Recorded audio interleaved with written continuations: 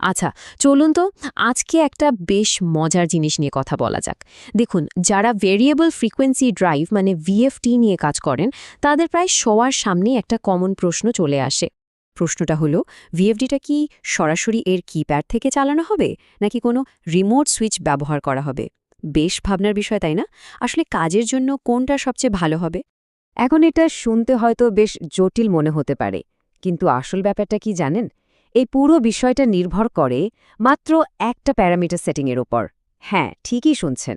শুধু এই একটা সেটিং বদলে দিলেই ব্যাস কাজ শেষ।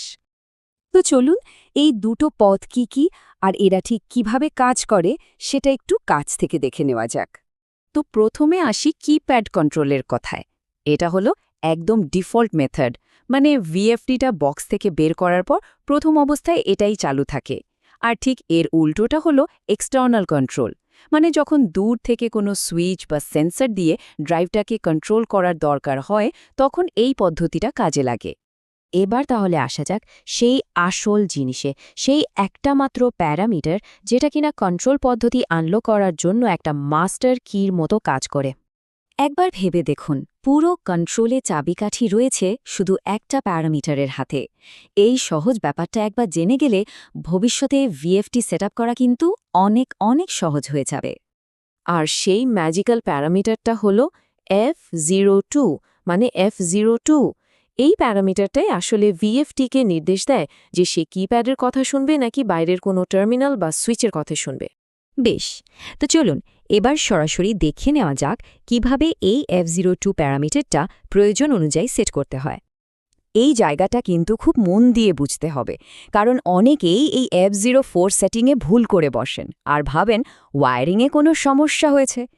কিন্তু আসল কথা হলো, এই প্যারামিটারটা যদি ভুল সেট করা থাকে, তাহলে রিমোট ওয়্যারিং কিন্তু কোনোভাবেই কাজ করবে না। ব্যাপারটা দেখুন কি ভীষণ সোজা। যখন F02 এর ভ্যালু 0 বা 0 সেট করা থাকে, তখন কিপ্যাড কন্ট্রোল চালু থাকে। এটাই হলো ডিফল্ট সেটিং। আর যদি রিমোট সুইচ বা অন্য কোনো সিগন্যাল দিয়ে ভিএফডি চালাতে হয়, তাহলে এই ভ্যালুটা বদলে শুধু 1 করে দিতে হবে। ব্যাস, এটুকুই। খুবই সহজ, তাই না? তাহলে মূল কথাটা কি দাঁড়ালো? রিমোট ওয়্যারিং যতই নিখুঁত হোক না কেন, সেটা কাজ করবে কি করবে না তা পুরোটাই নির্ভর করে এই একটা মাত্র সেটিংয়ের উপর। মানে আসল সিদ্ধান্তটা কিন্তু এই প্যারামিটারটাই নেয়। তো এই সমস্যার তো একটা সমাধান পাওয়া গেল। এখন ভাবার বিষয় হলো এর পরের কোন টেকনিক্যাল চ্যালেঞ্জটা নিয়ে ভাবা যায় বা কোনটার সমাধান করা যায়।